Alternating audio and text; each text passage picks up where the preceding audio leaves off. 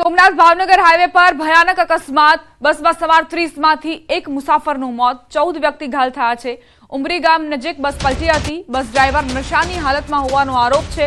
દુર્ઘટનાને પગલે હાઈવે પર traffic jam સર્જાયો। સ્થાનિકો અને પોલીસે ઘટના સ્થળે પહોંચીને બચાવ કામગીરી કરી। ઘાયલ મુસાફરોને તાત્કાલિક હોસ્પિટલ ખસેડવામાં આવ્યા।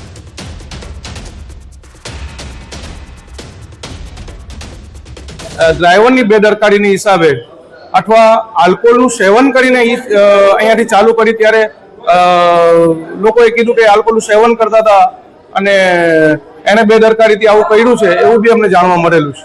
તો બસ સામેથી આવતી હતી, બસ જેવી પલટી મારી એવા માણસો બધી ભેગા થઈ ગયા હતા। અમે પહેલા હતા અહીંયા, એવી રીતના હતું કે અમે બધી થઈને ગાઢવા ગયા।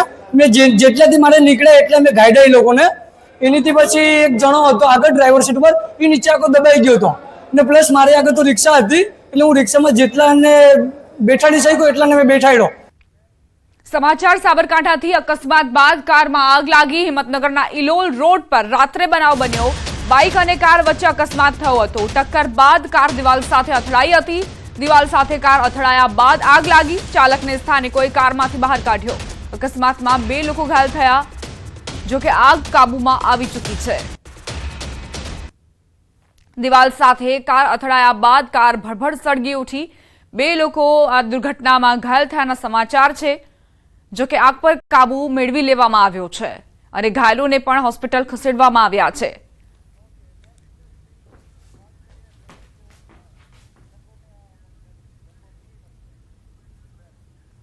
હવે આગળ વાત રંગોની રમઝટ।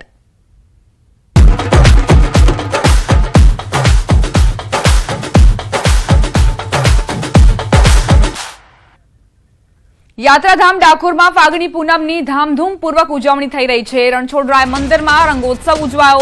ભગવાન રણછોડરાય ભક્તો સાથે ધૂળેટી રમ્યા। સોના અને ચાંદીની પિચકારી વડે ભગવાન ભક્તો સાથે ધૂળેટી રમ્યા। રણછોડરાય મંદિરમાં ભગવાન ભક્તો સાથે ધૂળેટી રમે છે। ભક્તો ભગવાનને અલગ અલગ ગુલાલની છોડો ઉછાળે છે। ડાકોરમાં ભગવાન ધૂળેટીના 1 મહિના પહેલા ભક્તો સાથે ધૂળેટી રમે છે। ડાકોરમાં ગુજરાતભરમાંથી ભક્તો ભગવાન સાથે ધૂળેટી રમવા આવે છે। નિજ મંદિરમાં આવેલ ગુલાલની છોડો ઉછળી ભગવાન બાલ સ્વરૂપે ગોપાલજી ફૂલદોડ પર બિરાજ્યા। સંવાદદાતા ઉમંગ લાઈવ જોડાઈ ગયા છે, તેમની પાસેથી વધુ વિગતો લઈશું। ઉમંગ, કેવા પ્રકારનો માહોલ અત્યારે જોવા મળી રહ્યો છે? ભક્તિ રસમાં ભક્તો તરબોળ હશે અને ધૂળેટીની પણ ઉજવણી। બિલકુલ ચોક્કસ દીપા, 2 દિવસથી સતત દિવસોથી ગુજરાતી ડાકોરના ઠાકોરના લાઈવ દર્શન કરવા ત્યારે માહોલ તમે જોઈ રહ્યા છો કે ભક્તોની અંદર ઉત્સાહ જોવા મળી રહ્યો છે। જે રણછોડ નાચ સાથે ઉડ્યા છે, છોડો ઉછળે છે। આજે ડાકોરમાં સમગ્ર જે ઉત્સવ ઉજવવામાં આવે છે તે કેમ ઉજવવામાં આવે છે તેને લઈને આપણી સાથે મંદિરના મહંત જોડાયા છે। શું નામ આપનું અને આજે જે ઉત્સવ છે તે કેમ ઉજવવામાં આવે છે? ડાકોર રણછોડરાયજી મંદિરથી લાલાભાઈ સેવક। અને આમ વાત કરીએ એ મુજબ તો આજે હોળીના પર્વનો ફૂલડોળનો ઉત્સવ ડાકોર રણછોડરાયજી મંદિરમાં ઉજવાઈ રહ્યો છે, જેને આપણી ભાષામાં ધૂળેટી કહેવામાં આવે છે અને વ્રજમાં જેને ફૂલડોળ કહેવામાં આવે છે કે કૃષ્ણ આજે સખીઓ સંગ હિંદોળે ઝૂલે છે અને ફૂલડોળ એટલે ભગવાન ફૂલ અને દ્રાક્ષના ફ્રૂટના હિંદોળા પર બિરાજમાન થાય છે। સખીઓ સંગ જેમ 4 ખેલ ખેલાય મંદિરમાં પણ 4 ખેલ ખેલાય છે અને ભગવાન વિવિધ પ્રકારના રંગોથી સખીઓ સંગ હોળી પછી બાદ ધૂળેટી ખેલે છે, જેને ડાકોર મંદિરમાં ફૂલડોળ તરીકે ઉજવાય છે। અને આજના ફૂલડોળનો પર્વ 40 દિવસ પૂર્વે જેવું કે વસંત પંચમીથી શરૂ થાય છે। દાણી ચણા ખજૂરનો ભોગ ધરાવાય છે।